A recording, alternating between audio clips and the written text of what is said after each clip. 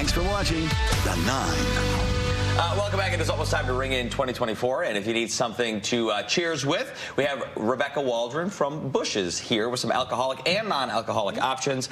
Let's start with the most expensive champagne. Let's open it and start drinking it. Yes, absolutely. Yes. So champagne, yes, we have some very high-end champagne here. This is the Veuve Clicquot, which is going to be one of your pricier, yes, beautiful bottles. I'm so glad you're here, Rebecca, because I get so confused by all the bubbly. I really do. I love the Veuve. Yes. But I also like Prosecco, so I'm looking forward to you explaining the differences between them all. Well, right, and there's no wrong answer. So it's all wonderful stuff for whatever it is that you're eating or doing or celebrating with. So yeah, so this is the Veuve, and so champagne is made in a specific region of France. So if it's outside of that region, it's not champagne.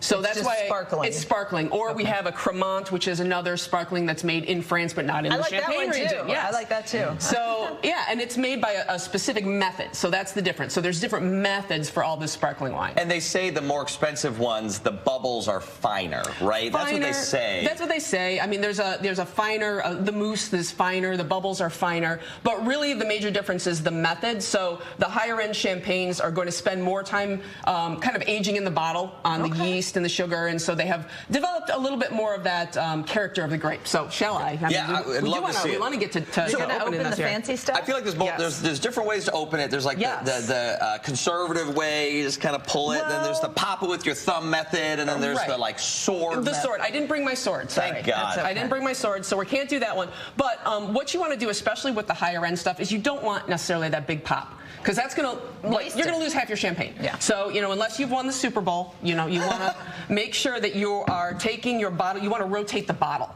So not pull the cork out. You want to rotate, and you want to not ideally get that big pop because you're going to lose your champagne and all the bubbles. Yeah, that's what causes it to fizz out and shoot. So we got a little pop there. A little pop because it rattled across town in my car this morning. So a little bit of a pop there. That was good. That was smooth. You've got the Veuve on the ground of your car? Well, it had to get here somewhere. I didn't have a specific transportation. Do we have to drink it in the champagne glass? Well, you don't have to. I mean, you can drink it straight out of the bottle if you wanted to. But Solo I didn't give you enough. Or? Solo cup is fine. There's, again, no wrong answers. But the champagne flute is designed to maximize, and I'm not overfilling these right now because I don't want to get it on your clothes. I'm going to give you a little bit more. Okay. But you want the bubbles to kind of, you see the bubbles in the glass, and it's designed to kind of bring those bubbles to the surface, right? Cheers, Tina. So there you go, right? Okay. So that's the champagne. Happy New Year, everybody. Happy New Year. Okay, so that's true champagne. Delicious stuff. Yeah. Yeah. Okay. Real good. And then there's also a rosé. We've got some rosé. This is a sparkling wine made in California. Okay. And as you go down, so we've got like in the $70, $60 price point. We've got, this is in the $20 to $30 price point. And this is great if you're you want to toast the new year. You don't want to spend a ton of money. It's still great stuff. It's made in the same method, but it is made in California. And so the rosé is going to have a little bit more color to it because it is actually, when the wine that they're using is a rosé wine, so the skins are involved. A lot of the same grapes though. Pinot Noir is in this and in this, so you've got a red grape in both of these, so you've got a beautiful. Look at it fizzing like that. Right? And I'm pouring fast, which is not ideal. But so you've got your rosés. So you've also got wines that are made in, this is California, this one's actually New Mexico, and it's a really good sparkling wine.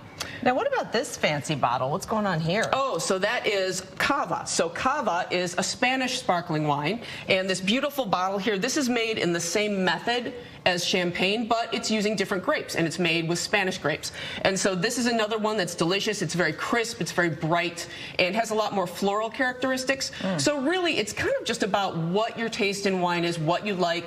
These are going to be on the drier side. They're brut. So your brut and your extra brut are your drier champagnes and sparkling wines. When you're mixing wines like mimosas and stuff, a lot of people like to do that. You probably don't want to use the most expensive champagne, do you? Well, yeah, I mean, I would not recommend it because you're not really going to get the great flavor. So what I would recommend is using some Prosecco. So Prosecco is an Italian sparkling wine. So the Prosecco we have here, made in a different method, doesn't age as long, but still delicious and not as expensive in the 15 to 20. Delicious. It's very good. And you have such a nice selection at Bush's. So all of these, including the non-alcoholics, which have come a long way too. Much better. Yeah. We could talk forever, but we ran out of time. Rebecca, thank you so much. For more locations, you can visit bushes.com. And Bush's, and you guys are going to stick around, and you've got a beautiful assortment of food coming. Oh, can't wait. Mussels and Maybe champagne.